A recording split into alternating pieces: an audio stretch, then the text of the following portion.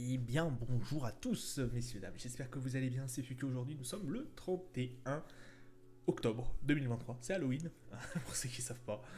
Voilà, un petit aparté.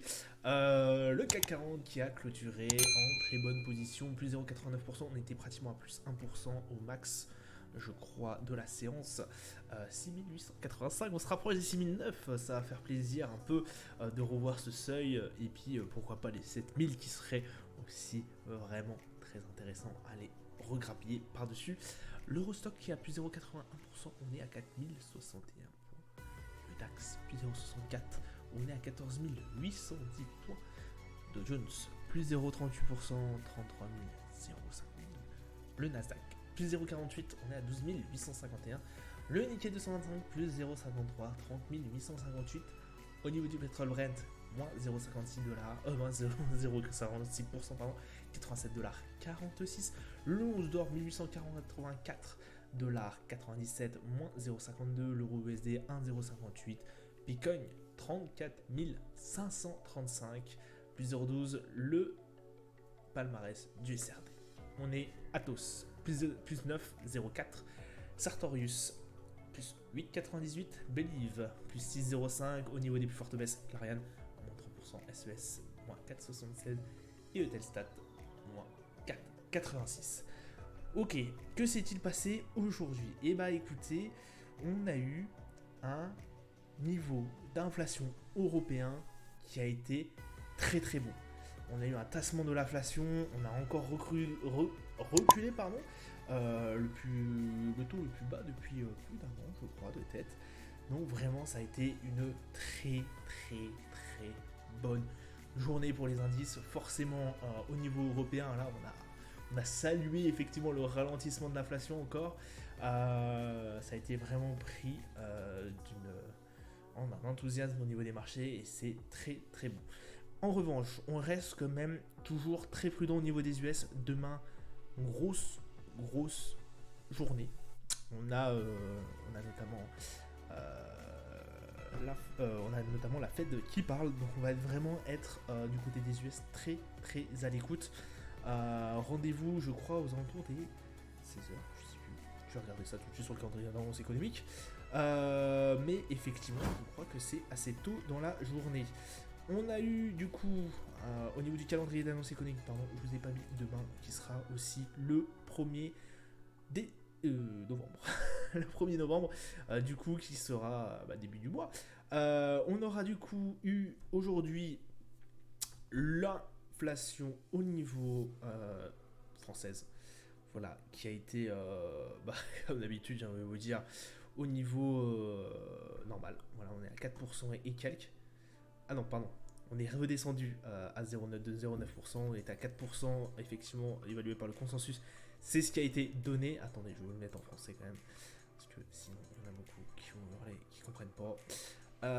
Voilà, on a eu le taux de croissance aussi au niveau de la France. Croissance pareil au niveau de l'Italie. Et le taux d'inflation qui, lui, a nettement aussi chuté. On revient vers des taux d'inflation assez agréables. Là, vraiment, on a eu un gros changement, donc ça a été très très bien. Au niveau de l'inflation, au niveau de l'Italie, très très bien. Et pareil au niveau de notre au niveau du taux européen.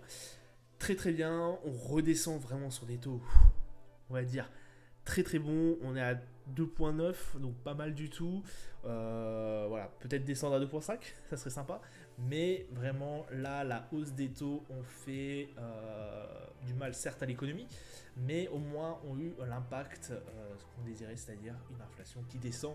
Et ça fait du bien et c'est salué d'autant plus par les marchés. Demain, on aura le Caixin au niveau... le Caixin, pardon, Caixin, PMI manufacturé au niveau de la Chine demain, alors tout à l'heure pratiquement. On aura le Jolt à 14h, effectivement très très suivi par la Fed.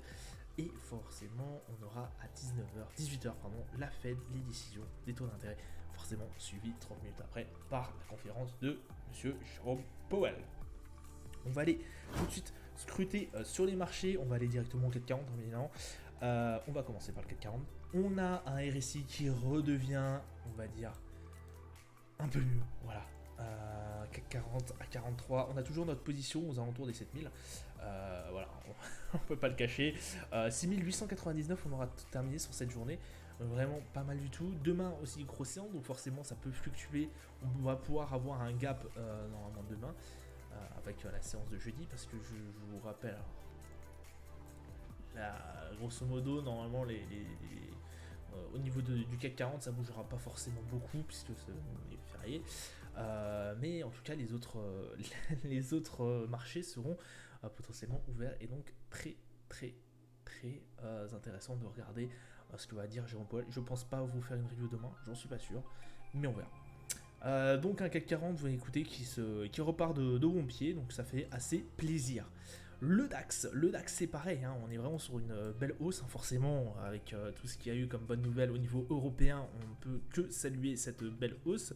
On est à 14 842 points, bon écoutez, ça se passe relativement bien. Alors ça a été quand même une hausse assez modérée comparée au CAC 40 quand même, on va pas se mentir, mais qui mérite quand même toujours d'être souligné. On a un RSI qui est un peu moins fort, mais qui voilà, reste quand même potentiellement assez proche du RSI du CAC 40. Mais hélas, forcément, on a toujours cette tendance du MACD qui est vraiment full baissière. Moi, ce qui m'inquiète extrêmement, c'est forcément aussi la descente qui se fait, hein, vraiment. On voit que là, on est pratiquement sur une boîte d'eau qui commence à arriver, qui commence à s'afficher.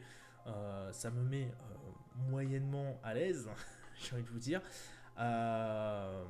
Après, voilà, je pense qu'on a quand même un assez bon fondement. Alors, pour casser cette loi de dos, bah, pour moi, il faudrait aller rejoindre les 15 610 qui pourraient être très largement intéressant à les trouver.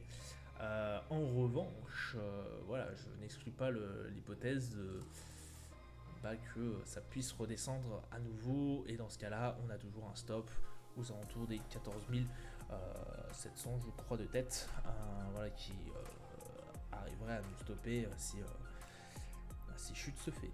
Voilà, en tout cas au niveau du DAX, le Brent, le Brent, je vous ai dit, pas trop y toucher, voilà, pareil, je vous conseille pas d'y toucher, c'est très compliqué, on a de la géopolitique en plus qui se mêle, comme d'habitude, à ce niveau-là.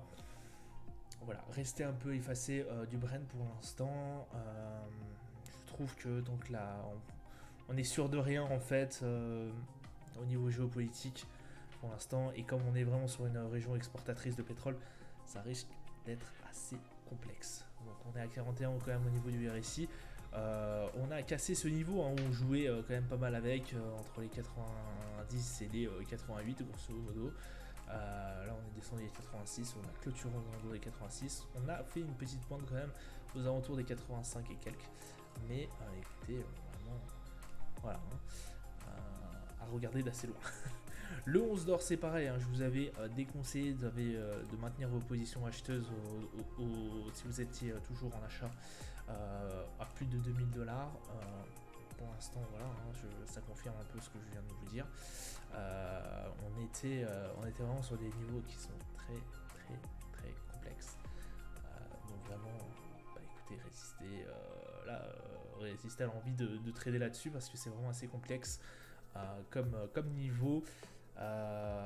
Sont des voilà, malgré le fait qu'on ait une guerre et tout, malgré qu'on ait plusieurs guerres même, ce niveau des 2000 est assez c'est assez technique. On a vu notamment avec SVB que malgré la crise je veux dire bancaire qui commence à arriver, on a eu des niveaux certes qui ont atteint les 2000, mais on n'est vraiment pas beaucoup resté au-dessus. On est en tout cas en un très court délai. Pareil au niveau de la guerre en Ukraine, je vous refais pas le speech, et là c'est pareil au niveau du Covid. Enfin bref, voilà, niveau assez compliqué. Pour moi, ça vaudrait pas la chandelle d'aller chercher au-dessus des 2000. Le S&P qui se reprend bien, bah écoutez, on a su résister avec ce support des 4150. Bon, on va attendre par la suite. On a 4184. 4365 pourrait éventuellement constituer un bon speech, un bon truc. Voilà, on pourrait aller retrouver des niveaux pareils. Mais en tout cas, voilà, on reste quand même reste quand même assez mitigé. C'est pas vraiment l'indice qui me correspond le plus. Alors après, effectivement, là, vous pouvez essayer de jouer, de tenter le rebond. Hein. Moi, ça me parlerait un peu plus. Et puis essayer de mettre un take profit, ouais, autour des 4324, 4300, ouais. Ça peut être intéressant. Pour le S&P, 39 au niveau du RSI. Le MACD, bon, en tendance baissière, comme d'habitude sur la plupart des indices, j'ai envie de vous dire, en ce moment. Pourquoi je le prends pas? Parce que c'est pas un de mes indices favoris, j'ai envie de vous dire. Mais après, là, oui, prendre position pour essayer d'aller jouer les 4000, les 4200, ouais, c'est largement intéressant. Largement intéressant, 4200, 83, 4300. Ok, voilà pour le S&P. Le Nasdaq qui reprend, alors lui aussi c'est timide. Hein. C'est très timide. Après, voilà, j'aime bien le Nasdaq. Là, on a été chercher bien bas quand même. On a été trouvé bien bas. Donc là, ça me tente très bien aussi de jouer une remontée assez forte au niveau du Nasdaq.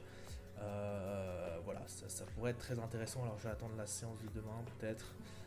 Mais en tout cas, voilà, ça n'a pas énormément gagné. Alors forcément, puisqu'on attend les décisions de Jérôme Powell, statu quo normalement. Voilà, on reste quand même là-dessus, on reste vigilant. On verra ce que dira Jérôme Powell demain. Le Dow Jones, c'est pareil, écoutez, c'est pareil, une petite séance, alors on a pratiquement été rechercher nos 33 174, notre niveau, à ce niveau-là, c'était le niveau où on a acheté. Pourquoi je vous dis ça? Petite séance, parce que, pareil, même contexte que le Nasdaq, voilà, ça a été compliqué au niveau du Dow Jones, le contexte Fed, la veille de la Fed, donc forcément on reste assez vigilant là-dessus. Je ne vais pas vous en dire plus, le RSI est à 42, donc on est pratiquement un peu conseillé du CAC 40. Donc voilà, ça sera tout. En tout cas, voilà, bon, je vous souhaite un joyeux Halloween. Ceux qui travaillent pas demain, bonnes vacances, bon week-end, bon jour de férié. Et puis je vous dis, du coup, peut-être demain, j'en suis pas sûr, ou peut-être jeudi. Voilà, allez, bonne soirée à vous.